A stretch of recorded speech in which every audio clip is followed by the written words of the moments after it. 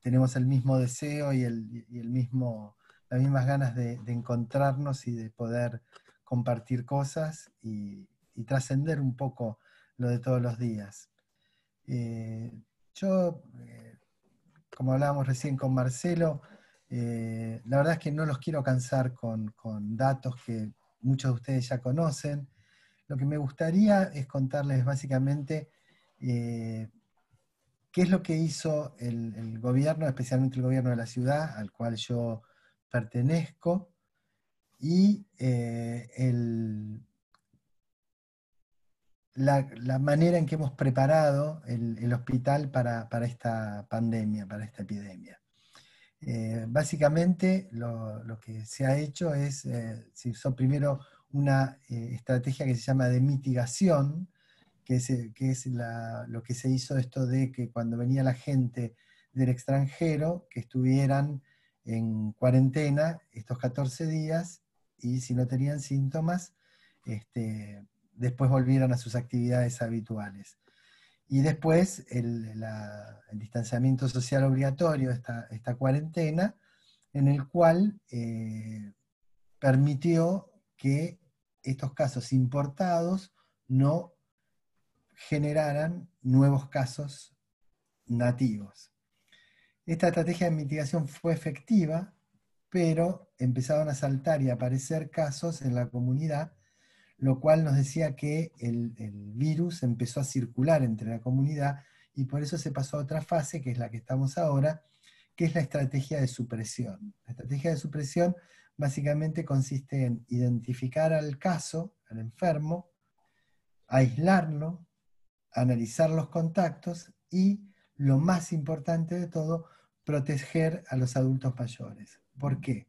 Porque en los mayores de 70 años que se enferman, la mortalidad de los casos graves es del 70%, en los mayores de 80 es del 86%. Es decir que esto de cuidar a los adultos mayores es prácticamente una obligación. Desgraciadamente, a lo mejor no se entendió bien, aunque yo creo que el ministro Quirós lo explicó bien, pero bueno, hay gente que dice que vulnera sus libertades. Yo lo único que les puedo decir es que la mortalidad de este virus en los adultos mayores, o como se les llama ahora, los adultos mayores, es muy alta. Entonces tenemos que cuidarnos todos, pero especialmente cuidar a nuestros mayores. El punto para hacer esto es un aislamiento todavía más fuerte, por eso se salió con esto de que no salgan de casa los adultos mayores, que es lo más importante y lo mejor. ¿Para qué sirvió toda esta estrategia, primero de mitigación y después de supresión? Sirvió para ganar tiempo. ¿Y por qué hablamos de ganar tiempo? ¿Qué es la importancia de ganar tiempo? El ganar tiempo es esto de hablar del famoso achatar la curva. ¿Mm? ¿Qué significa achatar la curva? Significa correr en el tiempo la aparición de los casos más graves, más importantes.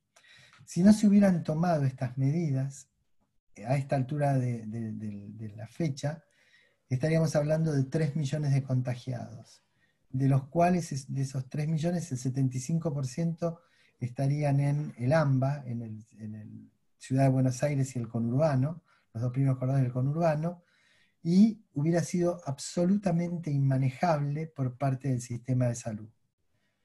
Con esta estrategia, lo que hemos logrado es que el pico de contagio se corra en el tiempo y que sea menor, es decir, que cuando estalle sea algo controlado.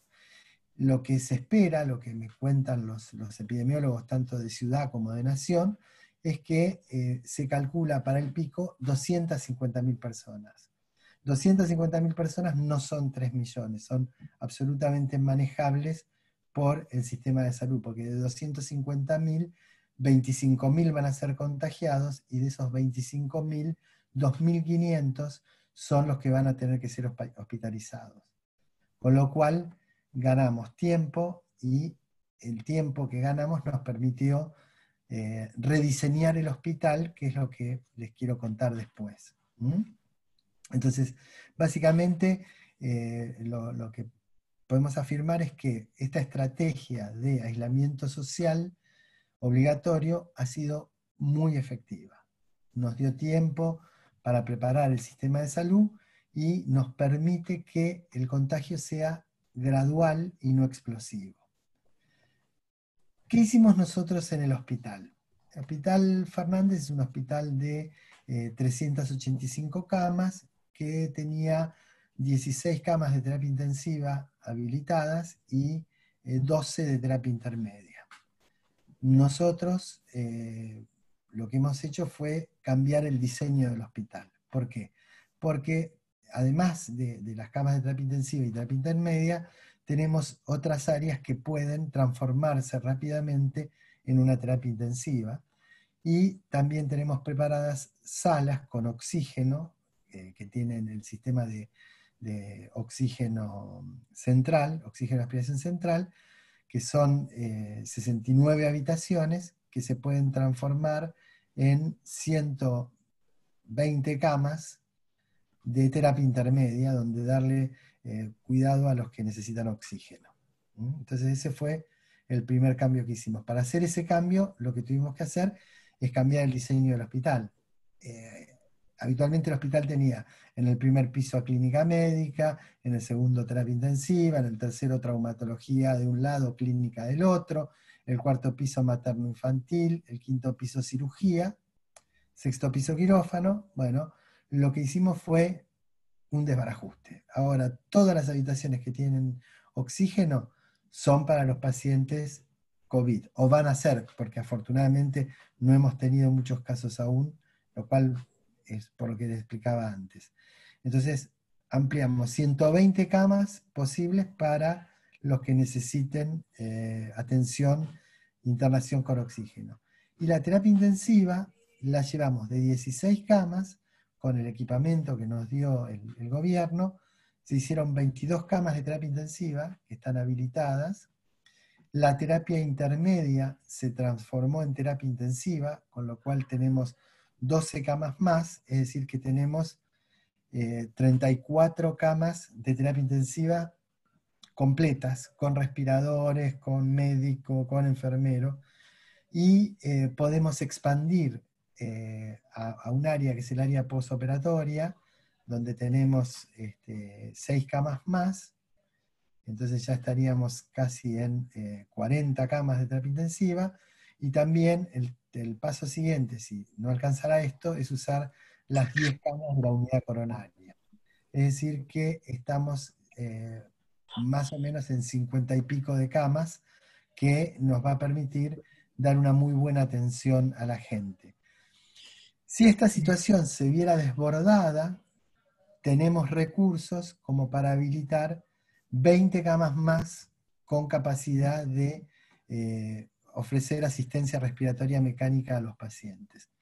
Es decir que lo que hicimos fue expandir la terapia intensiva y dar estas salas con oxígeno para recibir esta cantidad de pacientes que, como ya les digo, les conté antes, se pueden recibir esta enorme cantidad, que esperemos que no sea así, pero si es, estamos preparados. Lo que yo quiero transmitirle a ustedes es que esto que nosotros hicimos en el Hospital Fernández, también se hizo en el Hospital Argerich, en el Hospital Santo Yani y en el Hospital Muniz, que son los 4 hospitales que agigantaron las terapias intensivas. El resto de los hospitales de la ciudad no tienen esa posibilidad, pero bueno, nosotros lo tenemos y lo hicimos. Unas palabras para ver cómo repercute este aislamiento social obligatorio en todos nosotros. Yo, aparte de ser especialista en terapia intensiva, soy neurólogo, y dentro de la neurología tengo dos subespecialidades que son los pacientes con deterioro cognitivo, con demencia, y los pacientes cerebrovasculares o con patología cerebrovascular. Y claramente el aislamiento no es bueno para este tipo de pacientes. ¿Por qué? Porque necesitan de su rehabilitación, necesitan de su entorno, de su familia, de sus acompañamientos. Y bueno, tenemos que empezar a ser creativos e inventar nuevas maneras de estar en contacto con ellos. Esta herramienta que tenemos ahora, el Zoom, las videollamadas, todo esto es muy bueno para que ustedes lo hagan con los familiares de ustedes, que los acompañen de esta manera. Es realmente muy importante. Y también una reflexión que hablábamos antes con Marcelo, que me parece muy importante, porque ¿cómo afecta esto en nuestra religiosidad? ¿Cómo, cómo afecta esto en nuestra vida espiritual? ¿A qué ejemplo podemos tomar de esto? Y la verdad es que yo le contaba a Marcelo que a mí hay una historia de la Biblia que me gusta mucho, me gusta a mí como ejemplo, pero también me gusta como ejemplo cuando uno tiene situaciones dramáticas, como es por ejemplo el fallecimiento de un hijo, o donde nosotros trabajamos mucho tiempo en la muerte encefálica.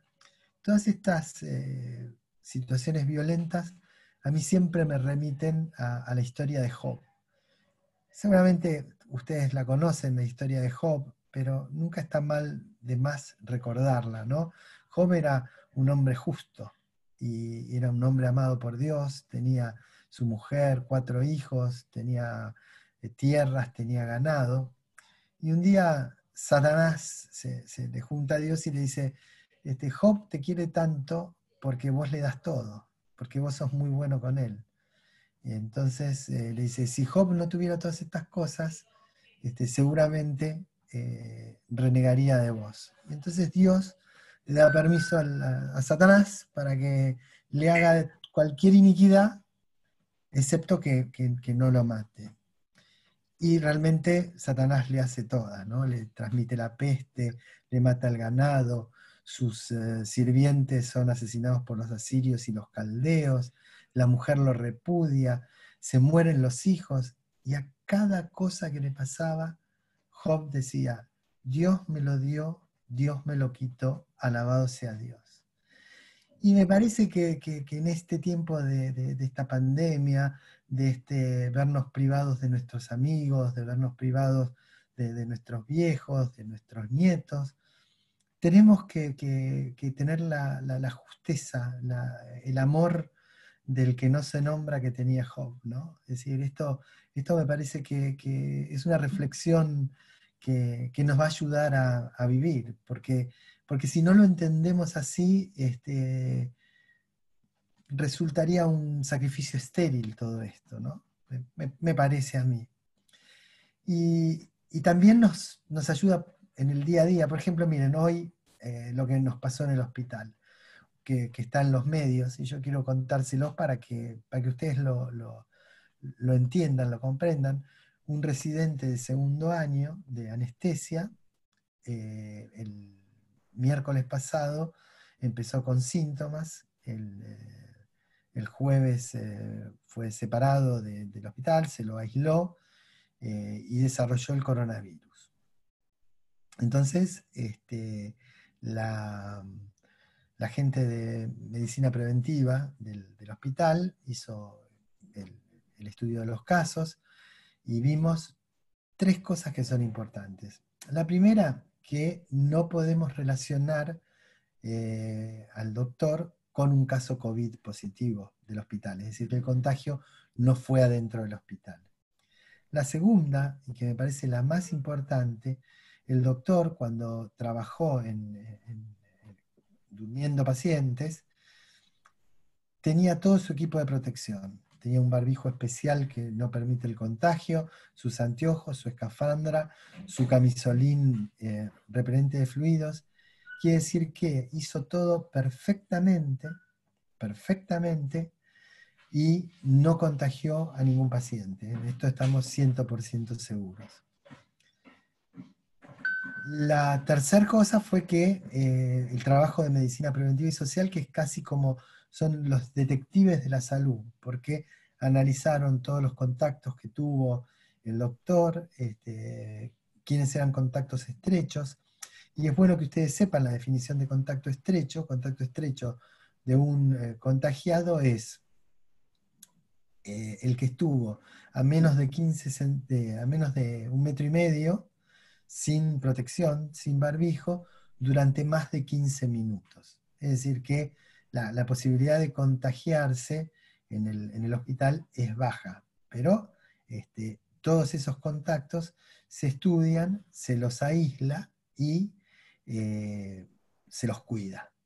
Se los deja 14 días en cuarentena, que en este caso son 7, porque esto apareció el séptimo día, y después se los estudia para que puedan volver a trabajar seguros. Hasta ahí los hechos, ¿no? Ahora, lo que me gustaría reflexionar con ustedes es la reacción del otro. ¿Mm? ¿Por qué? Porque ya hubo en las redes sociales un montón de gente diciendo, y esto pasó porque en el hospital no cuidan a la gente, porque no les importamos, porque somos un número. Y eso no es cierto, porque este muchacho estuvo al cuidado de promoción y protección de la salud desde que él manifestó el primer síntoma. Es decir, que lo contuvimos, lo ayudamos y se lo sigue ayudando, obviamente. La verdad que es un pibe fantástico, muy buena persona. Entonces, la reacción del otro que son médicos, enfermeros, instrumentadoras, administrativos, con un fuerte mensaje en contra de que no los cuidamos. Y no es cierto, nosotros los cuidamos y los estamos cuidando. Se les dieron cursos para enseñarles a cómo ponerse la ropa, y más importante de cómo ponérsela, cómo sacarse la ropa sin contagiarse. Se les dieron cursos explicándoles la enfermedad, cómo tienen que actuar. Pero bueno, son cosas donde se mezclan muchas cosas, la política también. Ustedes saben que hay distintos, tenemos una grieta que desgraciadamente entonces, esta es la reacción de la gente, que es lógica. Nosotros hicimos una encuesta en el hospital en el cual el 80% del personal dijo que tenía miedo, y el 60% dijo que no se sentía capacitado para enfrentar esta pandemia. Con lo cual nos está diciendo mucho de eso, ¿no? Es decir, ¿cómo se combate al miedo? El miedo es el instinto más primitivo que tenemos. Los ojos directamente se ponen en contacto con una parte del cerebro que está en el lóbulo frontal que es la amígdala. La amígdala es el termómetro del miedo. Entonces ese miedo a veces es irracional y a veces es lógico. En este caso es lógico. ¿Cómo lo combatimos? Hay que combatirlo enseñando. Como preguntaba el señor Ernesto por ahí, la manera es enseñarle a la gente qué es lo que está pasando, cómo se combate a este virus y qué es lo que podemos hacer y debemos hacer para no contagiarnos y no contagiar, y cuidar al otro, que la mejor manera es el barbijo. Pero hay otra cosa que me gustaría contarles, porque unos cirujanos que habían estado trabajando con él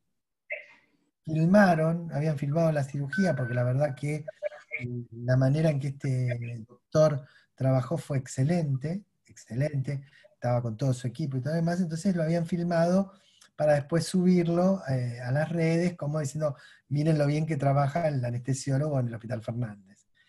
Usaron ese video, le adosaron, vieron que ahora está de moda, los negros de Ghana que llevan el cajón bailando, y lo viralizaron por las redes sociales. Es decir, cero empatía con el compañero. El mismo tipo que les durmió el paciente para que ellos pudieran operar, se estaban burlando de él, haciéndole bullying, porque parece que es algo divertido. Y la verdad es que no es divertido. La verdad que para el pobre doctor esta es una situación horrible. Tiene que estar internado 7 días porque sí. ¿Eh? Así que, bueno, esto es lo que yo tengo para contarles. Ahora escucho las preguntas que quieran ustedes hacerme. La verdad que primero muchísimas gracias por el panorama que nos contaste y hay unas cuantas preguntas. Al principio, antes de empezar la charla, que estamos charlando un poquito informalmente con algunos que estamos esperando para comenzar, Ernesto pregunta, ¿qué diferencia de manejo hay en el cuidado de los médicos y enfermeros en el tratamiento de los enfermos con HIV y con los de el coronavirus?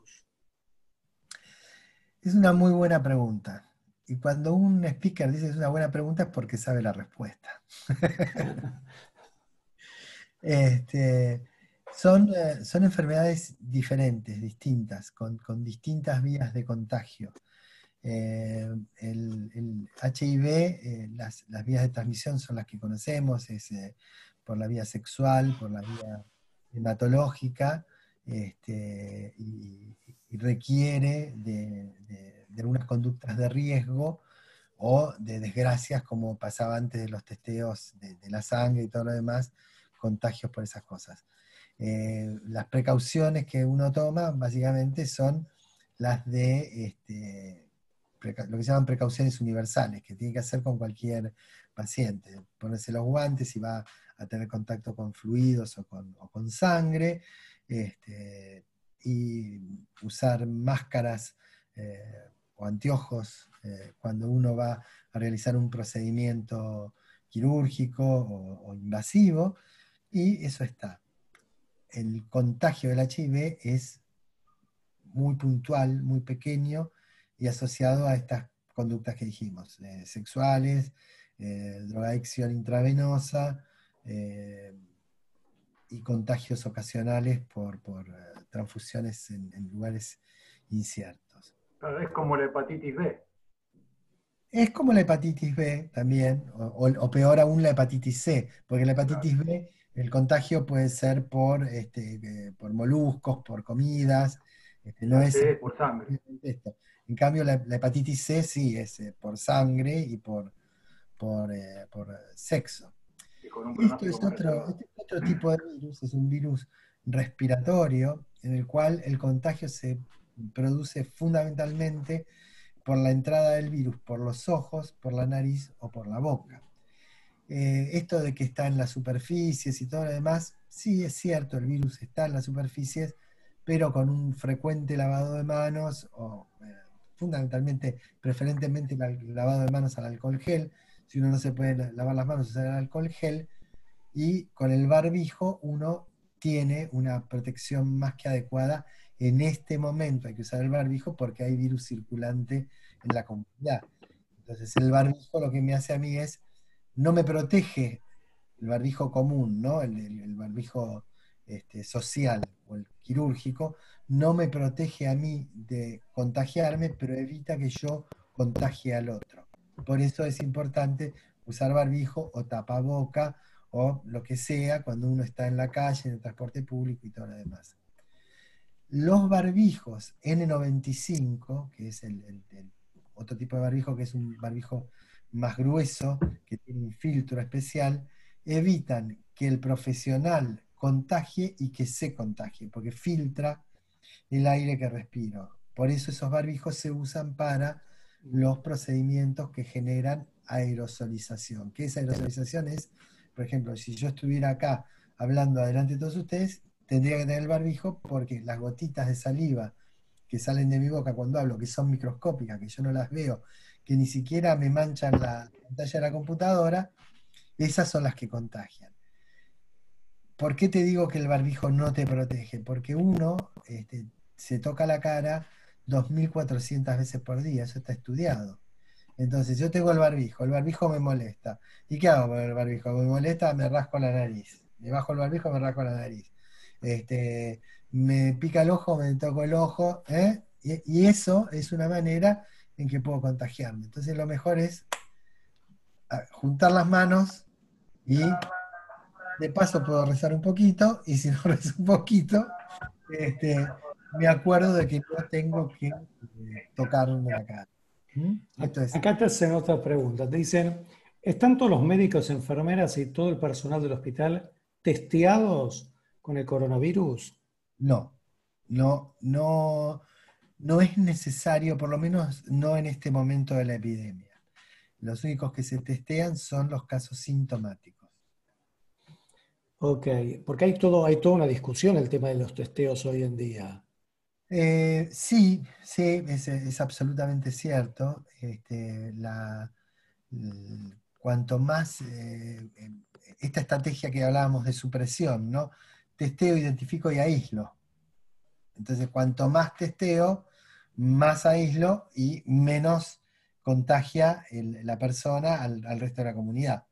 Es una buena estrategia. Desgraciadamente, la cantidad de kits que se pudieron comprar no son suficientes para hacer estos testeos masivos. Esto es Ok, una cuestión que me excede. Es también una política, ¿no es cierto? Esta es la política que tomó Corea del Sur y que ahora está adaptando Estados Unidos.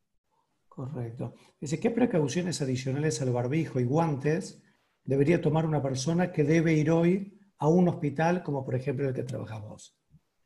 Los guantes no son necesarios. Los guantes no son necesarios. Los guantes, para el que son necesarios es para el profesional de la salud, para el médico o el enfermero que está trabajando en eso. Pero para la comunidad lo más importante es el barbijo o tapaboca, nada más. ¿Mm? Solo Y el eso. lavado de manos y no tocarse la Perfecto. cara. ¿Qué pasa con los pacientes internados lejos de su familia? Porque esto que vos decías, todo lo que juega en todo esto de estar aislado. Sí, esto lo que vos me preguntás es terrible. Yo tengo, yo tengo muchos amigos en el extranjero, muchos. La verdad que tengo esa bendición, ¿no? De que, yo siempre digo que gracias a la medicina recorrí el mundo, porque me han invitado a hablar a lugares insólitos, de la China hasta Azerbaiyán. Pero nunca me invitaron a Israel, que consten actas. Sin lugar a duda tenés que ir a Israel. Sin lugar a dudas. No, justo me invitaron, mira, lo mío es una desgracia. Tengo dos cosas para contar. Uno es que tengo un pasaje para ir a Israel cuando quiera, que me lo regaló un paciente mío, que, que es de la COLE, un miembro importante de la colectividad, que lo tengo ahí, está la plata en un sobre guardada para ir a Israel. Y después, cuando me han invitado a ir, siempre pasó algo y no puedo ir. La vez que me invitaron fue el G20, y ahora que teníamos una charla, viene esta epidemia. Así que, este, por algo será. Voy a tener que ir en el momento que sea mi momento. Pero bueno, hablando con estos amigos míos, que son todos especialistas en terapia intensiva en su mayoría, me contaban que es terrible el paciente que está en la terapia intensiva, que está solo, que no lo puede ver la familia, eh, que tiene lo que se llama hambre de piel. ¿Mm? Quiere que alguien lo toque y sentir el contacto de la piel. Y, y eso no puede ser, porque el que lo está atendiendo está con 3 pares de guantes.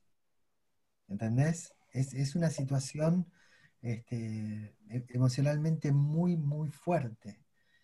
Y también es muy fuerte la familia.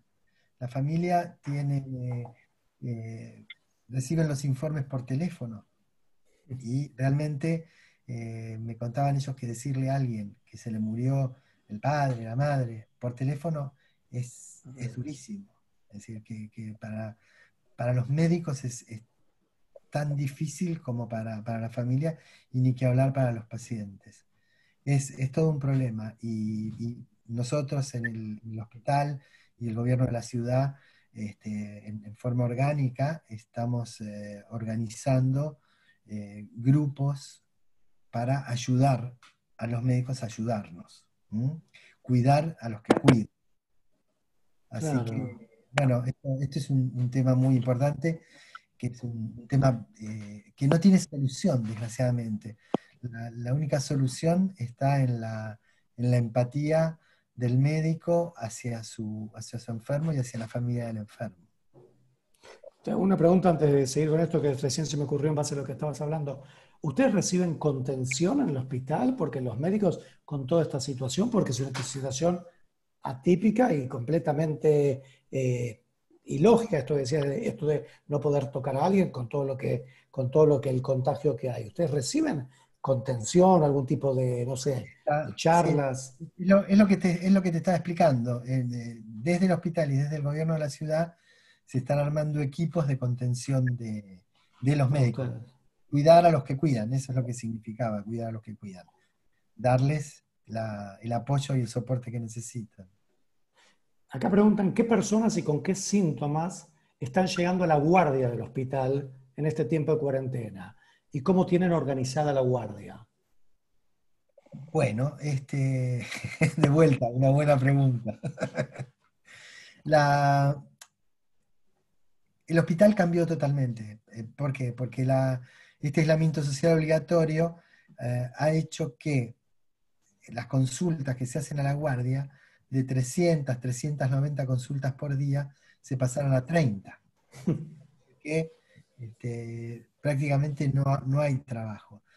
Y como todavía la estrategia de mitigación que hablábamos y la de supresión han sido efectivas, no tenemos muchas consultas por febriles, tenemos 4 o 5 consultas máximo por día de pacientes febriles.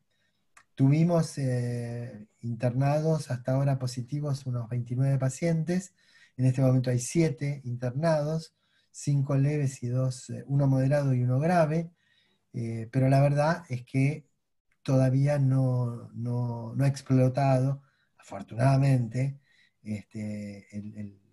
no ha hecho eclosión la enfermedad. ¿Y acá preguntan qué pasa con los pacientes asintomáticos?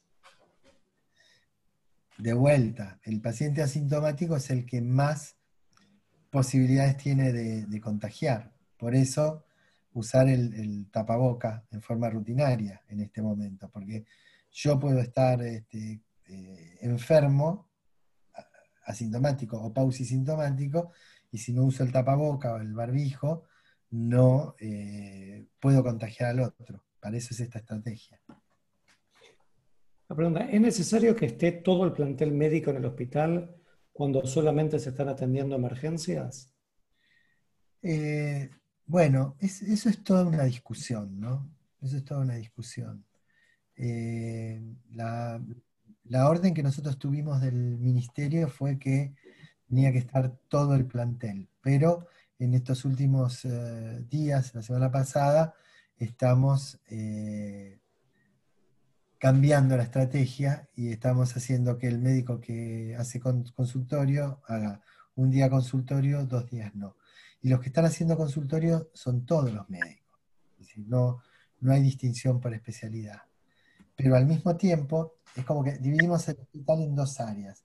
El área COVID, que es el que está sobre la calle Ruggeri, para los que conocen el hospital, y el área no COVID, que está sobre la calle Bulnes. Y el medio del hospital es no COVID. Entonces se circula. La circulación COVID es por Ruggeri, la circulación no COVID es la mitad y en Bulnes.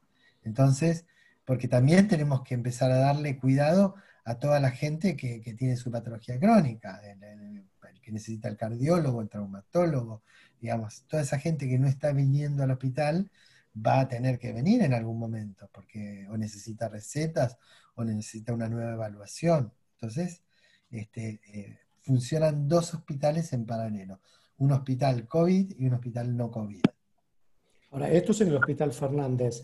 ¿Cada hospital es autónomo de decidir esto? Sí, sí, sí, cada hospital es autónomo de decidir esto. Lo único que ha puesto el Ministerio como una cuestión obligatoria, que a mí me parece excelente, han creado lo que se llaman unidades de febriles agudas, unidades febriles de urgencia, UFUS. Estas UFUS son consultorios móviles que se han puesto en lugares estratégicos. Afortunadamente para nosotros, en el Hospital Fernández, estas cosas de que no hay mal que por bien no venga.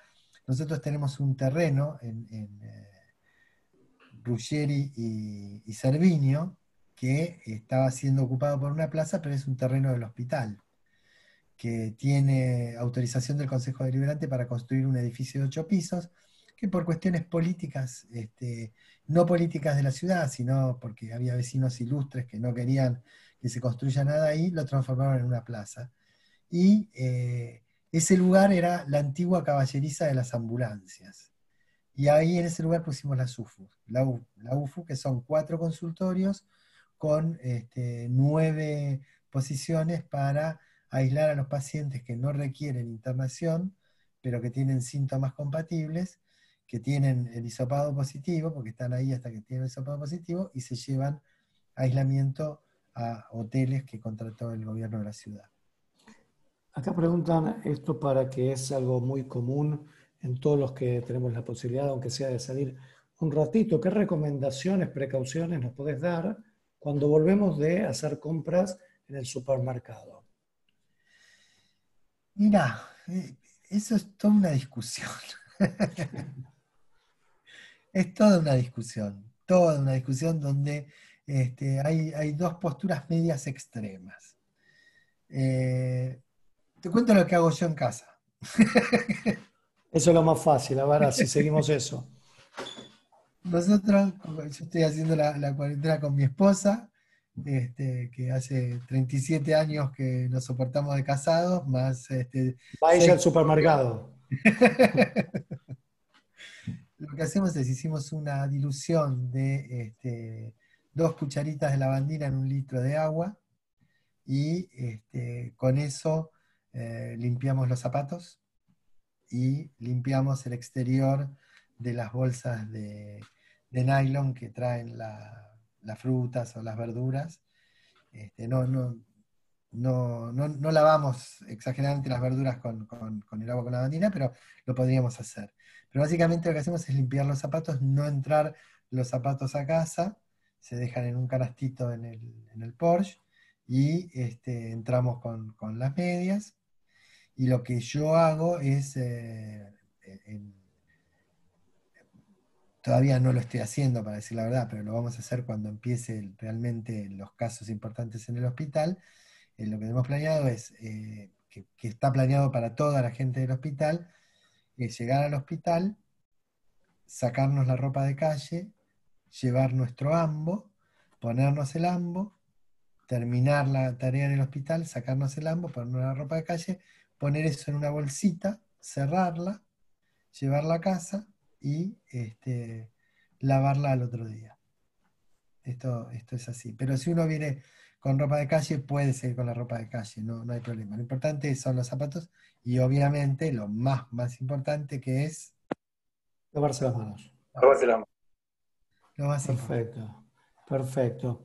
¿Qué hay de real que se encontró el virus en el agua no potable en París? ¿Puede el virus mantenerse activo en el agua? Mira, esto es una discusión. Lo de París es cierto, lo tenemos confirmado por 3 vías diferentes, así que sabemos que es cierto. Si ese virus es infectante o no, no te lo puedo decir porque no lo sé. La verdad es que no lo sé. No sé cuál es la importancia de ese hallazgo, pero obviamente que es algo que preocupa, ¿no? Seguro. A ver, Fabio, vos querías acotar algo, querías decir algo. Ignacio, lo que yo creo que tiene que quedar claro con respecto a lo que viene diciendo Ignacio es las medidas de prevención que hay que usar, no solo para no contagiarnos nosotros, sino para no contagiar a los demás. Y en eso me parece que me gustaría que hagas un poco más de hincapié, Ignacio. Bueno, sí, básicamente es quedarnos en casa. Punto uno. Quedarnos en casa, salir lo menos posible. Si salimos, salir con el tapaboca. Y mantener la distancia social, 1,5 metros, que es mi brazo extendido. ¿Mm? Ese es un metro y medio, es el brazo extendido. Son medidas fáciles de cumplimiento, difíciles de soportar en el tiempo, ¿no? No, Son- en el tiempo sabemos que no, pero como ya hay cada vez más exclusiones, como nosotros empezamos a atender los consultorios esta semana, o las peluquerías, o los lugares donde la gente está a menos de 1,5 metros, como todos nos tenemos que cuidar, y si nosotros nos cuidamos de no contagiarnos y no exacto, contagiar, y exacto. con algo muy barato. Lo más importante es el barbijo y la distancia social cuando estoy afuera de mi casa. Barbijo, tapabocas, como se pueden hacer caseros. Yo, por ejemplo, a mí me gusta correr, entonces tengo un montón de adminículos de correr. Hay una cosa que se llama BAF, que es una tela que es muy buena, que se usa para cuando hace frío, para cuando hace calor. Es una tela muy maleable, entonces me pongo el BAF hasta acá y tengo mi tapaboca perfecto hasta que voy al hospital y me pongo el barbijo social o quirúrgico. Bien, acá Y segundo es no subestimarlo, no subestimar esto, que uno no solo se contagia, sino que la posibilidad de contagiar a la familia y a mucha gente a partir de uno es muy... Exactamente, exactamente, Fabio, exactamente. Esto es así. Por eso, esto de hablar del cuidado del adulto mayor. Si ustedes tienen un adulto mayor que vive con dos personas más, el adulto mayor tiene que tener su propia habitación, su propio baño, sus utensilios de cocina, porque lo estamos cuidando. Estamos cuidando.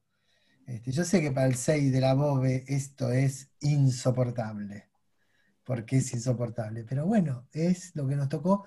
Y si nosotros queremos seguir viendo a nuestros nietos y a nuestros bisnietos, tenemos que cuidarnos. O sea, es preferible quedarte en casa a morirte, ¿no? sí, sí, seguro. Es difícil hacérselos entender, pero tal cual, es como decís, es 100%. Bueno, Acá pregunta. perdóname, otra cosa importante, toser y estornudar en el pliegue del codo.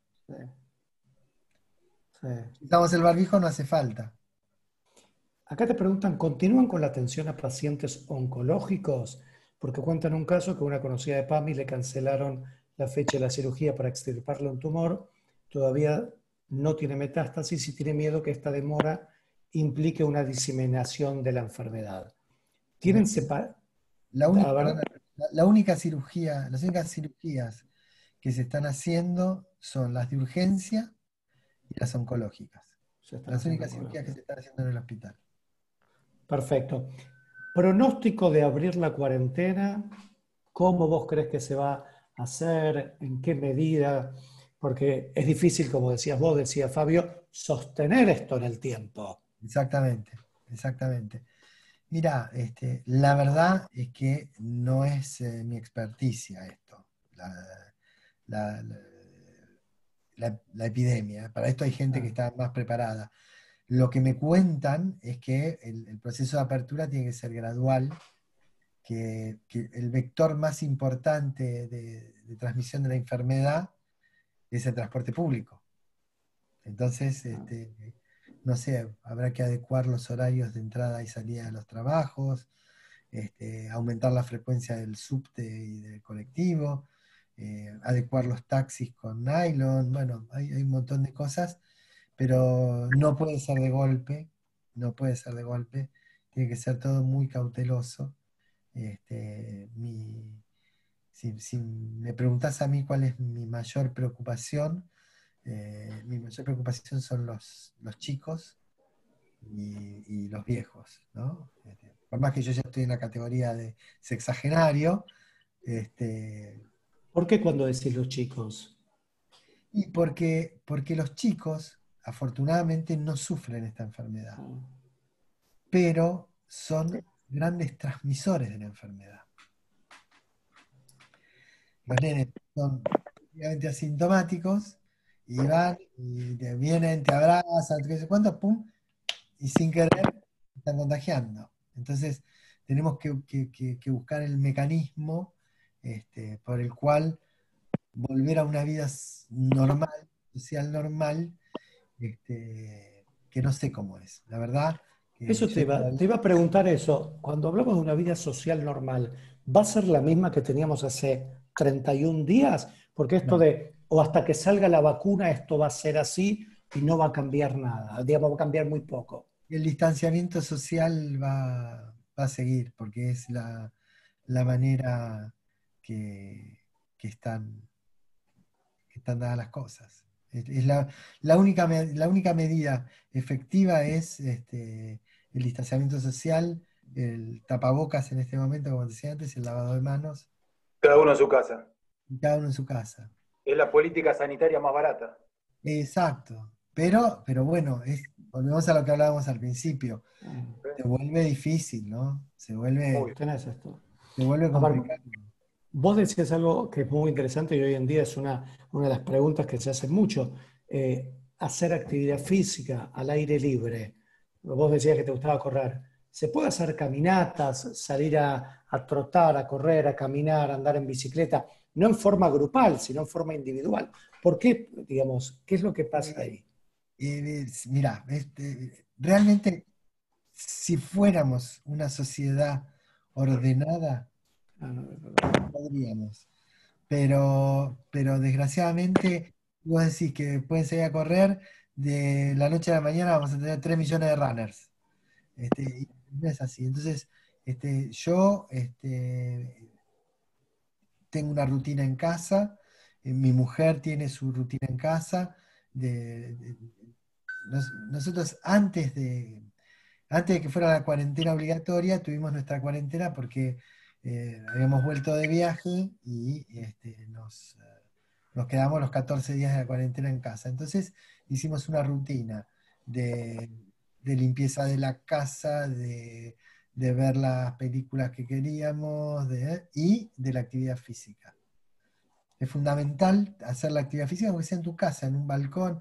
Hubo un loco que se corrió 42 kilómetros en un Ah, balcón de 5 metros, ¿no? Que estaba fantástico. Pero bueno, yo que podría ir corriendo al hospital, no lo hago por respeto a los otros. A veces me voy caminando al hospital porque está bien que lo haga, porque aparte me sirve para lavarme la cabeza, pero no voy corriendo, porque si la gente no puede correr, yo no voy a ser el único privilegiado que vaya a correr, ¿me entendés? Me parece que es una cuestión de respeto a mis compañeros de vicio de correr. y Porque acá correr es un hacen, vicio, ¿eh? es un vicio, es un buen vicio. Acá preguntan, ¿a qué se considera un adulto mayor y qué características tiene que tener? Adulto Años. mayor, adulto mayor es mayor de 65 años. Ese es un adulto mayor. Los que están en riesgo son los mayores de 70, que siguen siendo adultos mayores, y los adultos mayores mayores, que son los mayores de 80. Y quiero ser claro en esto. Cuando un paciente mayor de 80 años entra a una terapia intensiva, tiene 86% de posibilidades de morirse. Esto cambia. Entre 70 y 80 tiene 70% de posibilidades de morirse. Y entre 60 y 70 eso baja al 5 y después abajo de 70, de 60 años, de 60 y 50 ya baja un 2% y la sobrevida es mucho mayor. Pero más de 70 es el límite importante al que tenemos que cuidar que no se enferme, porque si se enferma hace enfermedad grave y se muere. Perdóname, Ignacio. Y a eso agregarle si es diabético, hipertenso o tiene una enfermedad pulmonar. Sí, esas son las comorbilidades, pero la pregunta específica es que 70, 80 años, perdón, me olvidé de apagarlo. Este, eh, entonces, eh, perdón, me perdí. Estábamos La hablando definición, hablamos de la de la, de definición. la- de la mortalidad. Las comorbilidades, que son los que decía Fabio, la hipertensión, la enfermedad pulmonar obstructiva crónica, la diabetes, bueno, todo eso aumenta el riesgo y probablemente por eso sea. ¿Mm? Entonces, estamos en ese cuidado. Bien, acá dicen entre 60 y 70, sin comorbilidad. ¿Cuál es la posibilidad? Y la chance es baja, la mortalidad está alrededor, como les dije, del 10%. Una chance baja de morirse. Ok, ok. Bueno, ¿alguien tiene alguna pregunta? La verdad que Ignacio, nos contestaste de todo. Hasta acá las preguntas que yo puedo leer en el chat. ¿Alguien tiene alguna pregunta que quiera hacer? Me parece que recontra súper claro. ¿Vos querés agregar algo, Ignacio, que te parece importante que sepamos? Mira, quiero agregar algo que es muy importante, muy importante. Por eso lo dejamos para el final. Claro. Es agradecerle a Roxana y a Fabio. Primero, porque dentro de todas las desgracias de esta pandemia me permitió encontrarme de vuelta con Fabio, que hacía, no te miento, 20 años que no nos veíamos. Y, y también agradecerles esta oportunidad de charlar con todos ustedes, porque me parece que es muy importante desmistificar las cosas y, como es una comunidad religiosa, también encontrarle un sentido más allá del miedo y de la enfermedad, encontrar un sentido a todo esto. Es decir, esto está pasando, no con teorías conspirativas, no con nada, pero está pasando. Y me parece que tenemos que darle un significado desde lo humano y desde la creencia de cada uno. Entonces, la verdad que te agradezco esta posibilidad de charlar con ustedes y cuando quieran hacemos otro Zoom, no hay problema. Yo la verdad que te quiero agradecer, la verdad que la claridad con la cual expusiste absolutamente todo lo que dijiste al principio y con la que nos pudiste responder absolutamente todas las preguntas, creo que nos ayudan un montón en un momento donde de vuelta la sensación de no saber dónde uno está parado, cuando uno vuelve a lo que creía que era una vida normal, que como bien decís, ya no va a ser esa misma vida normal. Va a ser normal, pero va a ser diferente. Va a ser diferente. Me parece que tu palabra nos enriquece muchísimo. Así que yo por mi parte agradecerte y darle la palabra a Roxana que quiere decirte algo.